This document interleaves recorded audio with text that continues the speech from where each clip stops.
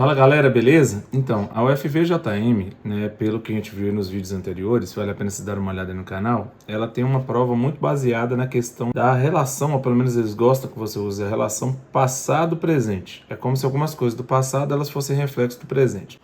Portanto, eu acho que com essa característica da banca, como a banca tem essa característica de ler bem sobre esses assuntos, eu vou propor para vocês aqui alguns eixos temáticos que envolvem essa relação passado-presente, coisas que aconteceram em alguns momentos brasileiros do passado e que acabam tendo reflexo no presente, que poderiam ser os temas da própria redação da UFVJM, poderão ser, ou além de ser o tema da UFVJM, eles podem ser base para você conseguir argumentar bem e conseguir desenvolver bem o seu texto. Vamos para alguns desses eixos temáticos, beleza?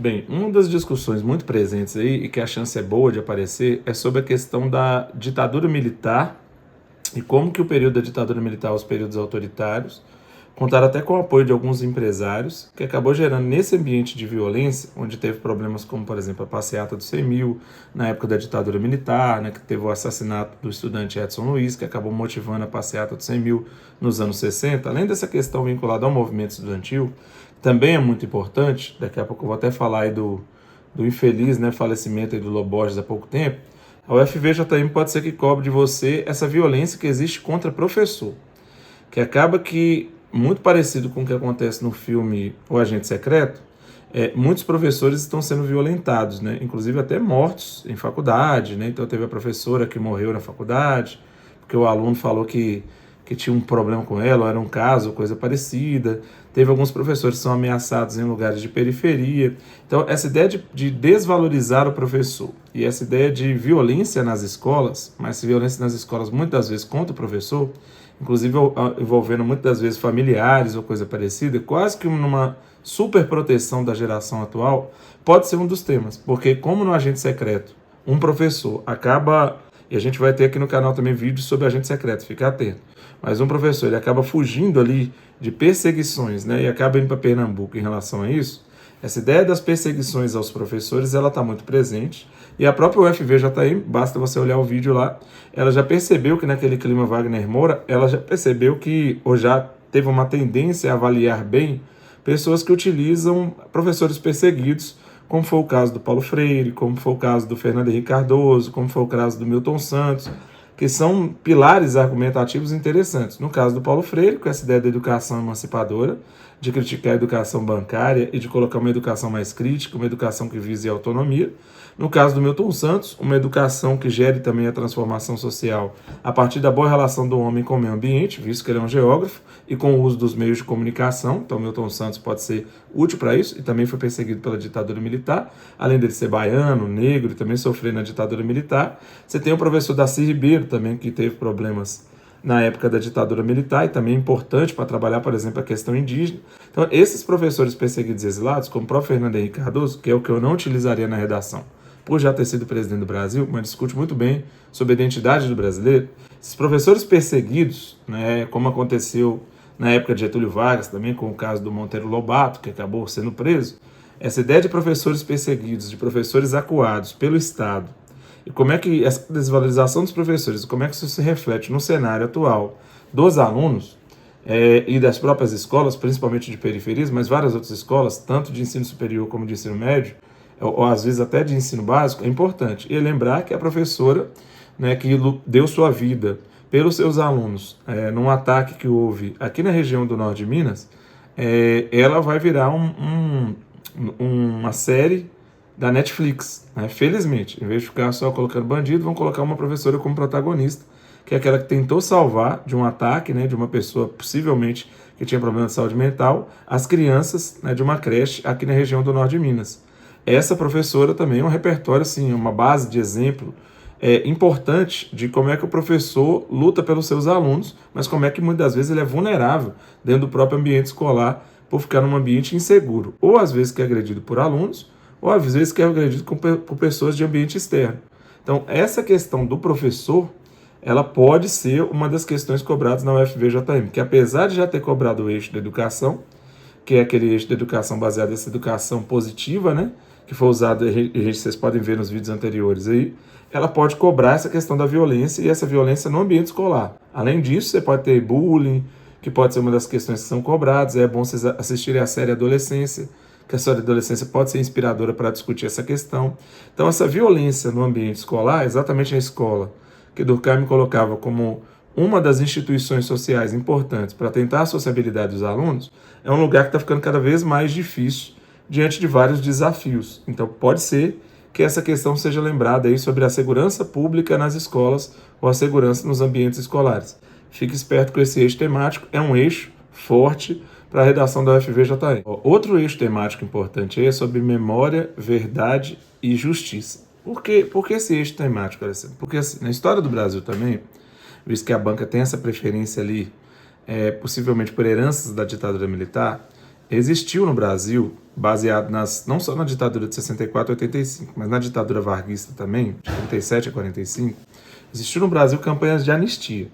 Então a ideia era perdão irrestrito para todos, e esse perdão irrestrito esquecer quem foi torturador, esquecer quem participou de guerrilha e matou pessoas, esquece tudo, né? E aí essa ideia do esquecimento é um problema do Brasil gravíssimo, que com a Comissão Nacional da Verdade, né, criada já no século XXI, isso acabou gerando várias questões, inclusive que geraram o livro / filme, O Ainda Estou Aqui, que também é outro que ganhou muita repercussão aí com as Fernandas, né, principalmente a Fernanda Torres, e que ganhou premiações importantes aí como o Oscar. E esse Ainda Estou Aqui vai mostrar exatamente essa família Rubens Paiva, né, do Marcelo Rubens Paiva, que é uma família que acaba sendo perseguida pela ditadura militar, do qual a ditadura militar quer esquecer aquela história, quer apagar aquela história.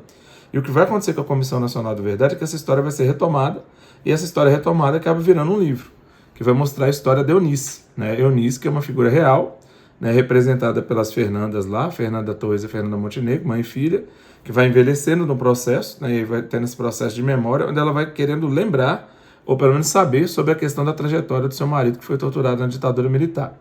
E o Marcelo Rubens Paiva tem um livro que chama Feliz Ano Velho, além do Ainda Estou Aqui, que é espetacular, que ele vai discutir exatamente sobre isso, sobre como que é necessário lembrar. Inclusive lembrar não só do Brasil tetraplégico, que é o termo que ele utiliza, mas lembrar do seu próprio passado, seu próprio trauma, do fato de ele ter ficado tetraplégico, dos problemas que ele teve, das heranças do passado.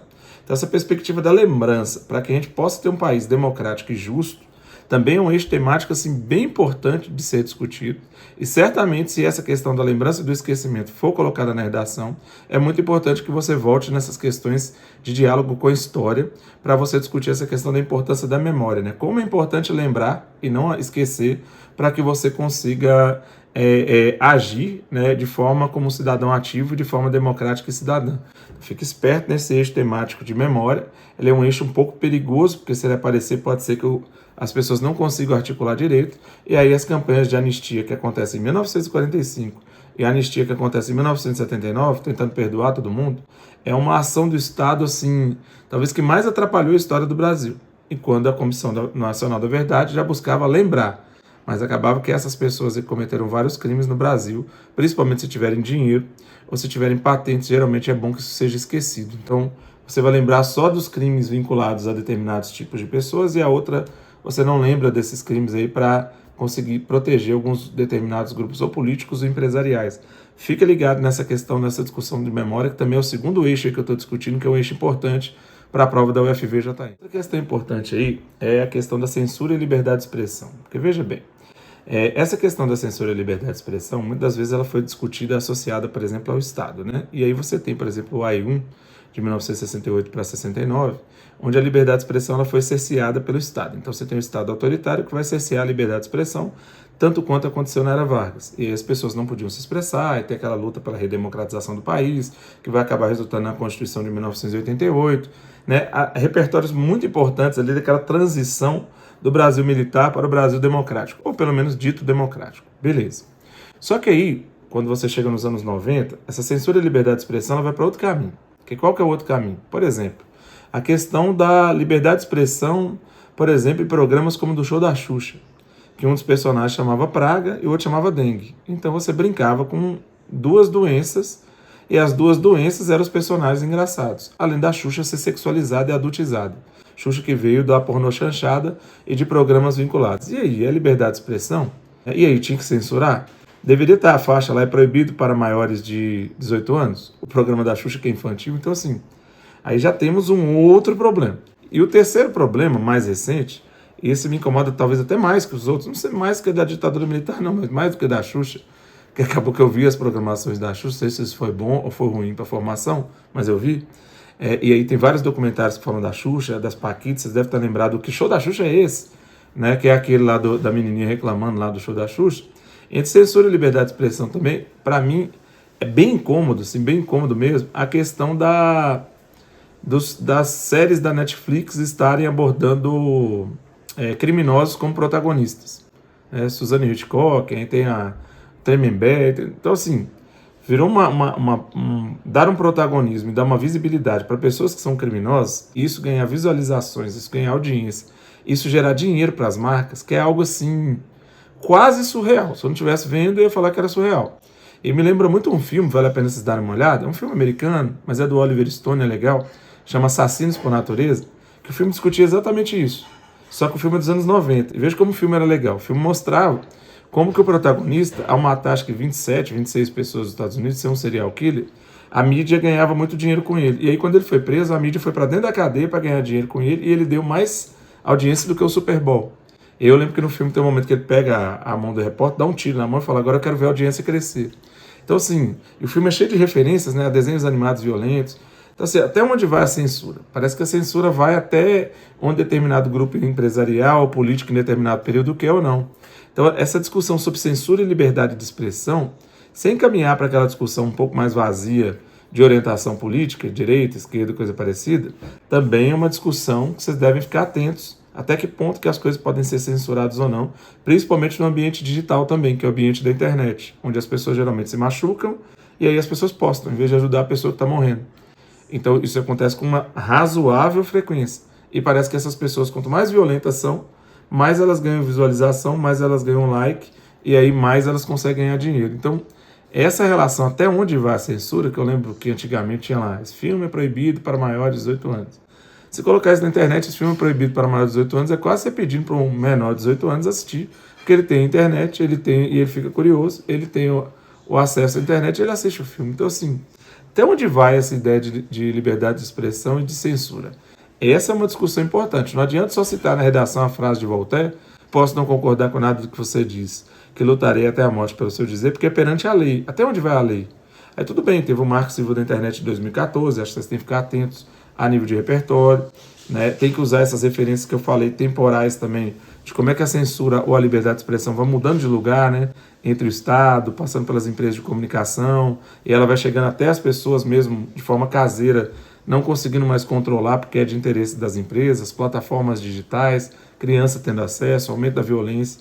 Então, debate sobre censura e liberdade de expressão também é um eixo temático bem importante para a prova da UFV-JM, fica ligado. Ailton Krenak. Um outro eixo temático interessante é sobre a questão dos povos originários. E o Krenak participou da Constituinte de 1987. E tem várias obras que vão discutir essa questão de como é que o índio ele pode conseguir construir, né, teorias e construir ideias que podem ajudar na questão dos direitos humanos e na inclusão social. E como que os índios têm que ser entendidos como protagonistas. Então, o que Darcy Ribeiro falava em suas obras, como o povo brasileiro, nós devemos ser brasilíndios, o Krenak, com a sua participação como ativista e com os livros publicados, ele mostra que isso é possível e que esses povos originários devem ser valorizados. Um outro eixo dentro dessa mesma lógica é a questão, por exemplo, dos regionalismos, né? Não troco o meu axente pelo ok de ninguém, do Ariano Suassuna, essa questão linguística, essa questão do mineirês, né? Como é que o mineirês é importante, aquela questão junto dos bons que a gente fica melhor, então assim, que é do mineirês, que as pessoas atribuem até a própria ideia do Grande Sertão Veredas. Então, essa questão dos regionalismos, que também é a valorização de Pernambuco, dos intelectuais de Pernambuco, dos intelectuais baianos, com o próprio Wagner Moura, esse protagonismo que os nordestinos estão tendo no O Agente Secreto, também é uma questão importante, além da própria morte do Loborges, né, com o Clube de Esquina, e das doenças, né, que estão acometendo o Milton Nascimento, que são bases importantes para a gente pensar como é que a mineridade do Clube de Esquina, ou como é que o Krenak, nessa questão dos povos originários, mostram muito desse pluralismo e dessa diversidade do Brasil, que é um dos direitos humanos que norteia os eixos temáticos da redação da UFV-JM. Fica ligado nesses eixos temáticos, coloque aí nos comentários qual eixo temático você gostaria que eu comentasse, ou qual discussão você queria que eu aprofundasse sobre a questão da UFV-JM, que a gente trabalha aqui no canal. Tamo junto, vai dar tudo certo, vamos pra cima.